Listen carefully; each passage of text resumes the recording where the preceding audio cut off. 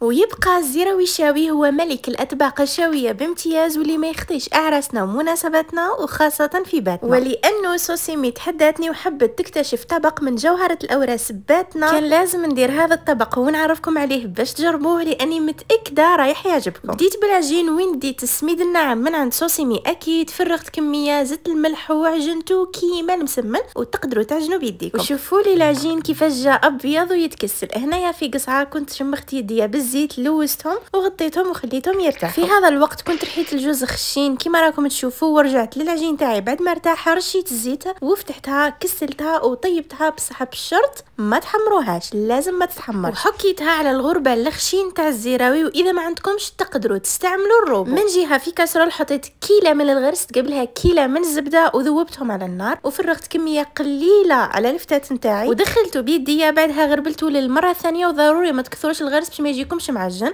وحطوه في كسكاس وخليوه يفور مليح. وبعد ما يفور خليوه يدفى شويه قبل ما تزيدوا الجوز باش ما يتراشى، ومن بعد شمخوه بكيله زبده، قبلها كيله عسل. هنايا حسب الذوق، كاين اللي يحبوا مشمخ بزاف وكاين اللي يحبوا شويه ناشف. وقدموه مع رشه سيكو غلاس وشويه جوز، والزيراوي الشاوي نتاعنا راه واجد، لازم تجربوه. وهذا ما كان.